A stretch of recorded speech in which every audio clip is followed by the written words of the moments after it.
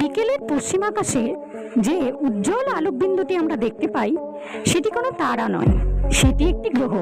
হ্যাঁ, এটি আমাদের চীনা পরিচিত শুক্র গ্রহ।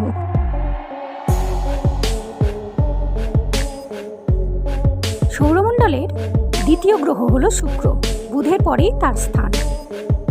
শুক্র গ্রহের একটি বিশেষ বিশেষত্ব হলো সবগুলো গ্রহের মধ্যে শুক্রের উষ্ণতা সবথেকে বেশি।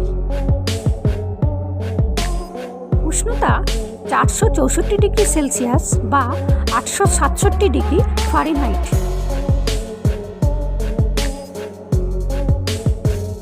শুক্র গ্রহের বায়ুমণ্ডলে 96% বেশি কার্বন ডাই অক্সাইড এবং 3.5% মতো মলিকিউলার নাইট্রোজেন পাওয়া যায়। কার্বন ডাই অক্সাইড বেশি থাকার জন্য শুক্র গ্রহে গ্রিনহাউসের মতো পরিস্থিতির সৃষ্টি হয়েছে। সেক্ষেত্রে সূর্য থেকে আগত উত্তাপ শুক্র পৃষ্ঠে পড়ার পর পুনরায় বিকিরিত বা প্রতিফলিত হয়ে শূন্যে ফেরত যায় না।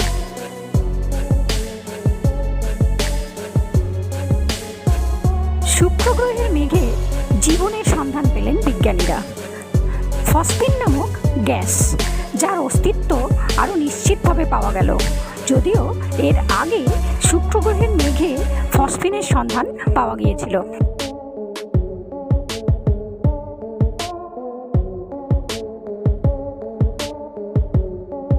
পৃথিবীতেও জীবনের উৎস সন্ধানে ফসফিনকে গুরুত্ব দেওয়া হয়।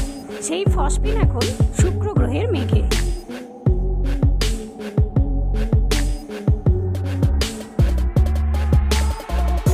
ইংল্যান্ডের হালে রয়্যাল অ্যাস্ট্রোনমিক্যাল সোসাইটির সভায় বিজ্ঞানীরা এই দাবিটি করেছেন।